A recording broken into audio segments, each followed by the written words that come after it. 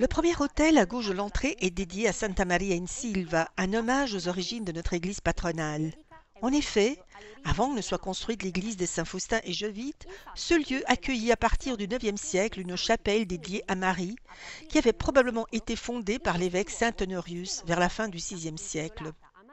L'appellation in Silva fait référence au lieu où elle se trouvait, un bois dense, une forêt.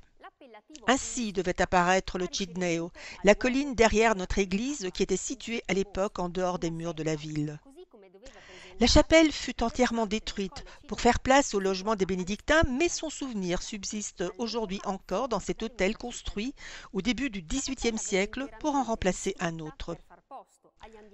Conformément au goût de l'époque, elle se caractérise par un foisonnement de brèches rouges et de marbre blanc.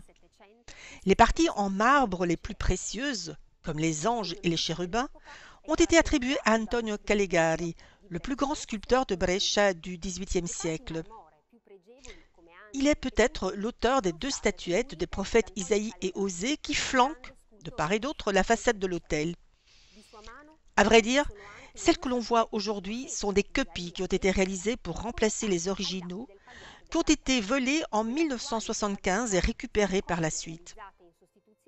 Dans la niche centrale trouve sa place une statue en bois sculptée et peint de la Vierge à l'Enfant avec Saint Jean-Baptiste, une œuvre du XVIIe siècle du sculpteur Paolo Amadore qui, bien que pas particulièrement connu, réalisa une œuvre certainement précieuse et de haut niveau.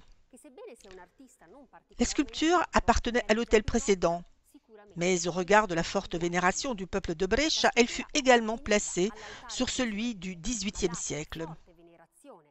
La figure de Marie est élancée et pleine de grâce. Sa robe est faite de drapés fluides, son visage est posé et serein, alors qu'avec fermeté elle écrase Satan sous ses pieds, aidée par l'enfant Saint Jean, qui devrait être un ajout du XIXe siècle. L'autel se termine au sommet par une toile représentant le Père éternel avec le globe du monde soutenu par des anges. Une œuvre d'Antonio Cifrondi du début des années 1720. Le peintre bergamasque travailla ici après avoir beaucoup voyagé en Italie et en France.